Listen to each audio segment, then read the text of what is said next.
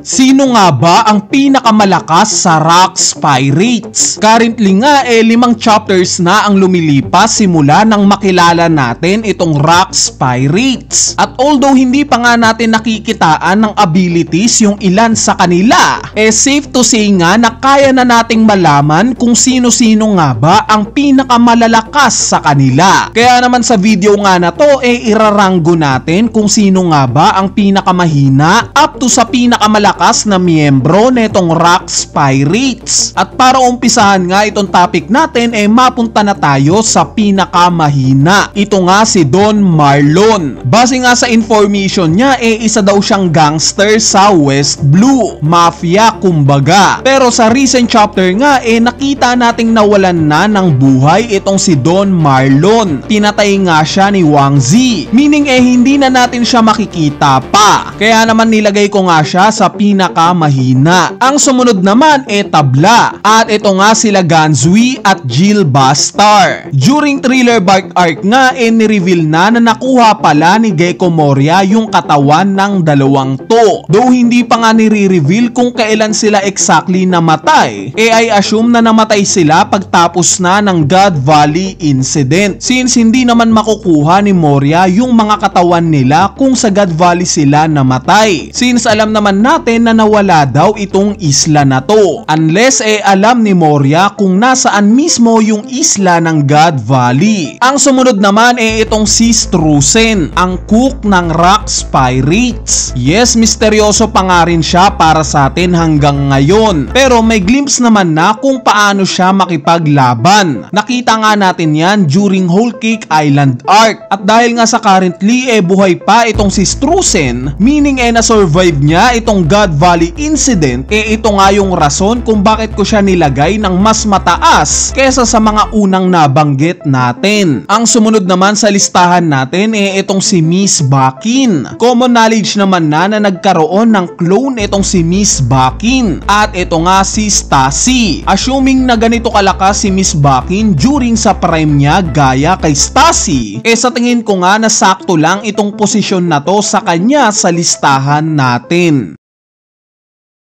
Bali itong mga susunod nga sa listahan natin ito na yung top 10. Sa tingin ko nga itong 10 na to ang pangdikdikan sa labanan ng Rocks Pirates. Kumbaga kaya nilang tapatan ang mga admirals or even kaya ng 10 to na bumuo ng sari-sarili nilang pirate crew na sila mismo ang captain. Ganito nga kalalakas itong 10 na to. So umpisahan nga natin to sa ika-10. Ito nga si Barbell. Base nga sa appearance niya obviously na isa siyang fishman. I suspect na gaya ni Jinbei na pinakamalakas na fishman ngayon at some point during sa era ni Sebek itong si Barbell naman ang pinakamalakas sa lahat ng mga fishman. Kaya naman dahil dito nilagay ko siya sa ika-10 sa listahan natin. Ang ika-9 naman itong si Wang Zi. Kung may word nga na magdi-describe sa karakter ni Wang Zi para sa akin masasabi kong ito yung word na magulang. Yes guys, ipinakita nga ni Wang Zi sa mga nagdaang chapters kung gaano siya katuso. Pinatay nga niya si Don Marlon at kinidnap si Shaki para lang sa pera. Sa sobrang gulang nga niya hindi siya sumama sa Rocks Pirates para lumaban sa God Valley. Meaning bukod sa ayaw niyang magpakita kay Shaki alam rin niya kung gaano kapanganib yung pagpunta sa isla na to. So simula nga sa pagkawala ng God Valley at up to sa moment ng time skip napag-alaman natin na si Wang Zi pala ang nag-claim o namuno sa Hachinosu, not until na tinalo siya ng mismong anak ni Sebek na si Blackbeard. Bale may theory nga tayong ginawa patungkol dito, yung possible connection ni Wang Zi kay Sengoku at sa world government. Susunod na nga natin tong i-upload kaya abangan nyo.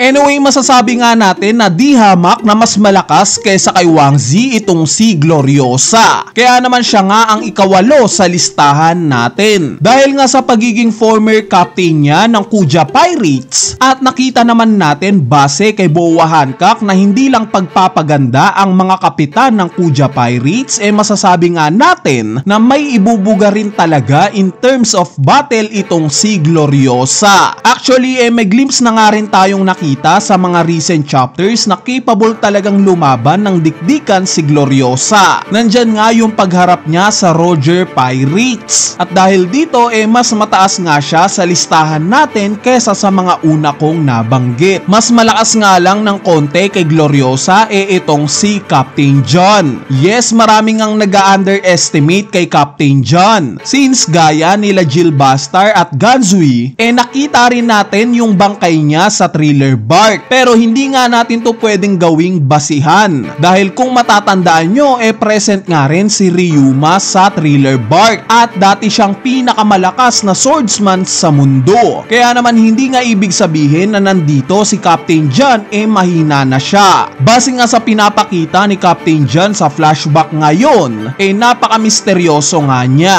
Nandun nga yung confidence niya sa pagsasalita na para bang napakalakas niya. In fact, nakita pa nga natin na nakipag side to side siya kay Sebek nung paparating na ang mga Marines. Yung vibes nga nitong si Captain John mahahalin tulad ko kay Lafitte ng Blackbeard Pirates. Yung tipong tahimik lang pero mapanganib in battle. Ang ika-anim naman sa listahan natin itong si Kaido. Yes guys, alam ko na maraming magdi-disagree dito. Since ang nasa isip nga natin malahalimaw yung lakas netong si Kaido. Pero kung matatandaan nyo guys napakabata pa nga ni Kaido during sa era ni Sebek at wala pa siyang Devil Fruit. Ibig sabihin yung nakita natin sa Wano na Kaido napakarami ng experience neto. Kaya walang duda na talagang napakalakas neto. Unlike sa Kaido na kasali sa Rocks Pirates na halos bata yung turing sa kanya ng mga kagrupo niya. Pero although bata nga siya hindi pa rin natin pwedeng alisin na talagang malakas siya. Kaya nga nilagay natin siya ng mas mataas ng konti kesa kila Gloriosa at Captain John.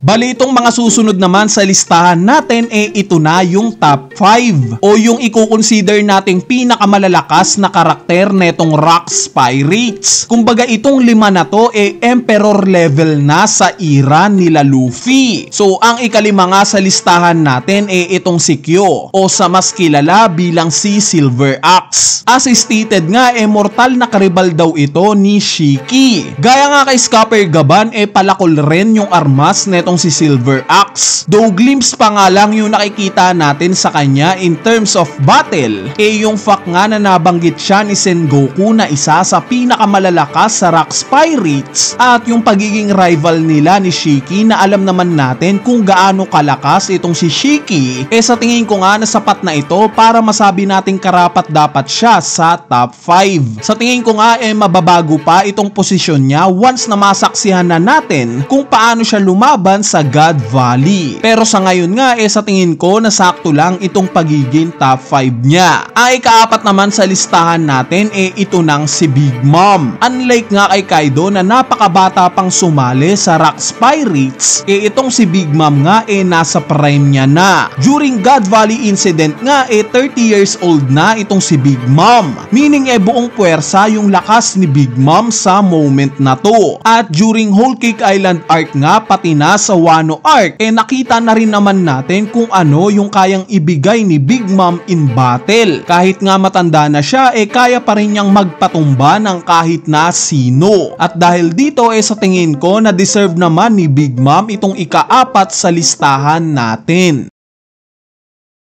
Ang ikatlo nga sa listahan natin itong si Golden Lion Shiki. No doubt na napakalakas na itong si Shiki. Na-survive nga niya itong God Valley incident at later on bumuo ng sarili niyang pirate crew. Kung saan sinasabing makailang beses daw silang naglaban ni Goldie Roger. Ang pinakasikat ngang laban nila yung naganap na Edward. Bali itong obsession nga ni Shiki na talunin si Roger umabot pa hanggang Marineford. Dahil nga sa sobrang disappointed si Shiki na nagpahuli lang sa Marines itong si Roger, nilabanan nga ni Shiki ng sabay itong sila Garp at Sengoku. Yes guys, ganito nga katapang si Shiki. Pero sa huli alam naman nating natalo siya. Ang ikalawa naman sa listahan natin itong si Whitebeard, ang unofficial na right hand man ni Sebek. During Marineford War nga dito natin mas nakita yung lakas ni Whitebeard sa mga early years na ng One Piece. Pero yung prime nga niya ni-reveal na during Wano arc. Sa naging flashback nga ni Kozuki Oden dito natin mas nakilala si Whitebeard. Grabe nga yung lakas na ipinakita niya sa era na to. Si Oden nga na kinukonsider na pinakamalakas na samurai sa history maning-mani lang para kay Whitebeard. Even si Roger na hari ng mga pirata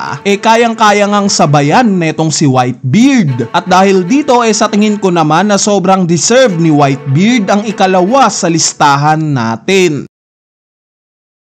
At finally ang nanguna nga sa listahan natin itong si Rax D. Sebek o sa totoong pangalan niya na David D. Sebek. Dahil nga sa naging miyembro niya itong sila Whitebeard, Shiki at Big Mom isa lang ang ibig sabihin neto. Tinalo ni Sebek ang mga ito. At base nga sa flashback niya na in-infiltrate niya itong Mary Joa at hinarap si Im-sama, pati na itong ilang beses niyang paikipaglaban sa hari ng Elbaf na si King Harald walang duda. Itong si Sebek nga ang pinakamalakas sa pirate crew niya. Actually hindi lang sa grupo niya. Undoubtedly na siya ang pinakamalakas sa buong old era. Bali ayan na nga yung top 15 na tingin kong pinakamalalakas sa Rocks Pirates. Bali para sa inyo ba? Sino-sino sa tingin nyo ang pinakamalalakas sa Rocks Pirates? Kung may top 15 nga rin kayong listahan dyan wag na kayong mahiyang i-comment yan sa ating comment section sa ibaba para mapag-usapan natin yan.